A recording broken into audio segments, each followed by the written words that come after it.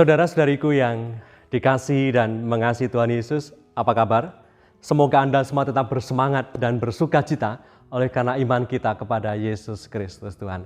Hari ini Minggu 7 Agustus 2022, hari Minggu biasa yang ke-19, Sabda Tuhan yang akan kita baca, kita dengar dan renungkan dari Injil Suci menurut Lukas bab 12 ayat 35 sampai 48. Mari kita siapkan hati kita untuk mendengarkan sabdanya.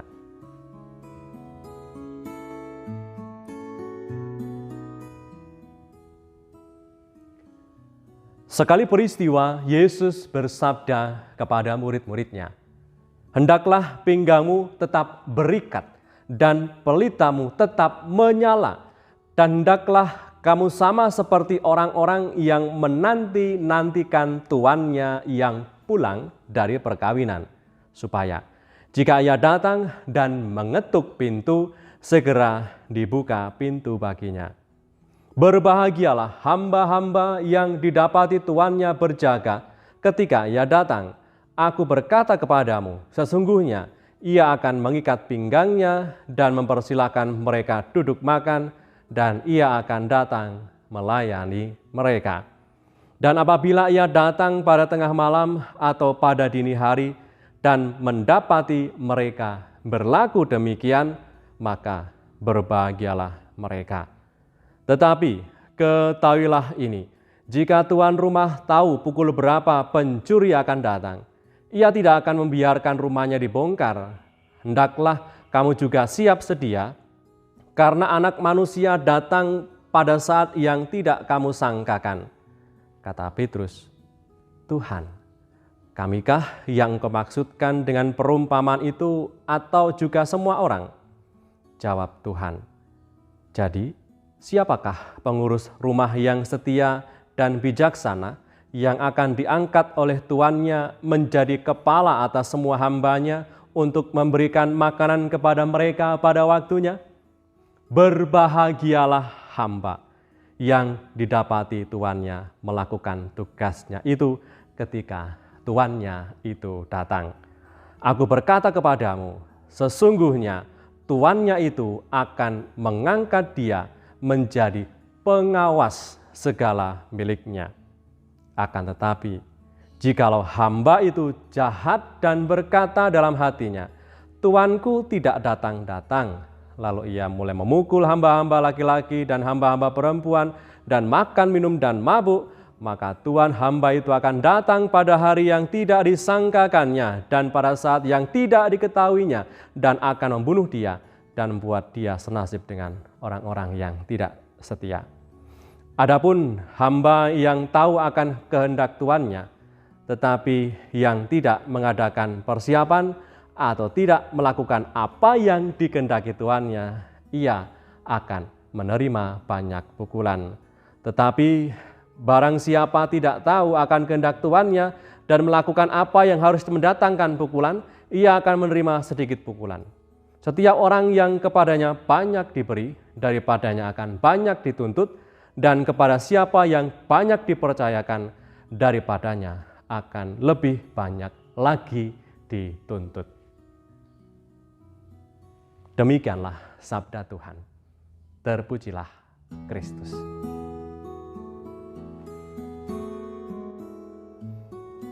Saudari-saudaraku yang terberkati, tadi dalam kutipan sabda yang kita dengar hari ini, Tuhan Yesus bersabda, yang disebut berbahagia bukanlah tuan, tetapi yang berbahagia adalah hamba. Dikatakan berbahagialah hamba yang didapati tuannya sedang berjaga. Bahkan Tuhan menyebut 2 kali kata berbahagia kepada hamba-hamba yang berjaga. Dikatakan dalam ayat yang ke-37 dan ayat yang ke-43 dikatakan demikian. Berbahagialah hamba-hamba yang didapati tuannya berjaga ketika ia datang. Lalu ayat yang ke-43. Berbahagialah hamba yang didapati tuannya melakukan tugasnya itu ketika tuannya datang. Mengapa hamba patut berbahagia dan disebut sebagai hamba yang berbahagia. Seorang hamba patut berbahagia dan disebut berbahagia karena ia didapati oleh tuannya sedang melakukan tugasnya dengan baik. Ketika tuannya datang, ia tidak sedang tidur tetapi terjaga. Bahagia karena seorang hamba mampu menjalankan tugasnya dengan sempurna, yaitu menantikan tuannya, berjaga hingga tuannya datang dan makan bersama tuannya. Maka seorang hamba selalu yakin bahwa tuannya pasti akan datang, pasti akan kembali. Kepastian inilah yang memampukan seorang hamba selalu terjaga dan mempersiapkan segala sesuatu supaya siap menyambut ketika tuannya datang.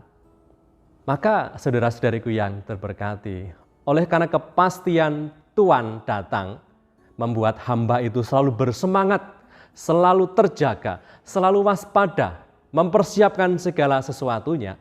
Maka itu pula menjadi semangat kita. Kepastian bahwa Tuhan kita Yesus Kristus akan datang kembali, itu membuat kita juga tetap terjaga. Tidak syarat dengan hal-hal duniawi, tetapi dibuat terjaga, waspada dari segala hal duniawi yang mengganggu kemurnian hidup kita. Kita diajak untuk bisa mawas diri.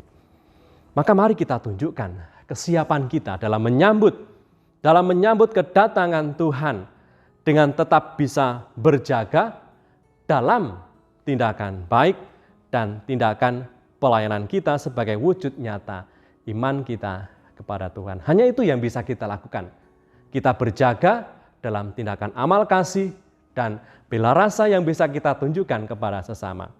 Saudara-saudariku yang terberkati, lalu apa yang bisa kita lakukan untuk mempersiapkan akan hari akhir hidup kita di dunia ini dan juga mempersiapkan hidup kekal bersama Allah Bapa di surga?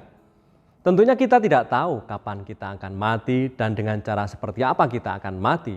Kita akan meninggalkan dunia ini.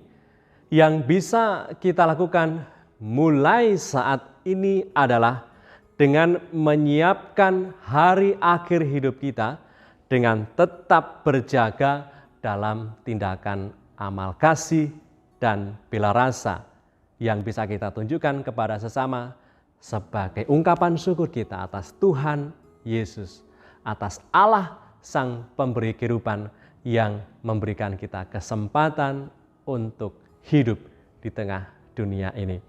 Maka saudara-saudariku yang terberkati, bahagianya seorang hamba adalah ketika ia menjalankan tugas dan juga menjalankan kewajibannya sebaik mungkin menyambut tuannya ketika datang. Itulah kebahagiaan seorang hamba. Dan itulah pula yang kita renungkan hari ini. Maka dengan semangat seorang hamba, mari kita tetap berjaga dalam tindakan amal, tindakan kasih, tindakan bela rasa, sebagai wujud syukur atas anugerah Allah agar kita tetap siap menyambut Tuhan datang. Siap menyambut hadirnya Tuhan di dalam keseharian kita. Marilah berdoa. Dalam nama Bapa dan Putra dan Roh Kudus. Amin. Allah Bapa, sumber kasih sejati, Engkau telah menganugerahi kami hidup ilahi. Semoga kami senantiasa bersatu dengan Kristus sebagai sumber kekuatan dan keselamatan kekal, serta dimampukan untuk melakukan segala hal yang berkenan di hatinya lewat raga kami, sehingga jiwa dan raga kami semakin dimurnikan oleh karena mampu melakukan segala hal yang berkenan di hati-Mu. Demi Kristus Tuhan dan pengantara kami, yang hidup dan berkuasa bersama Engkau dalam persekutuan Roh Kudus Allah Meraja sepanjang segala masa. Amin. Berkatalah yang Maha Kuasa turun atas kita semua, Bapa, Putra, dan Roh Kudus. Amin.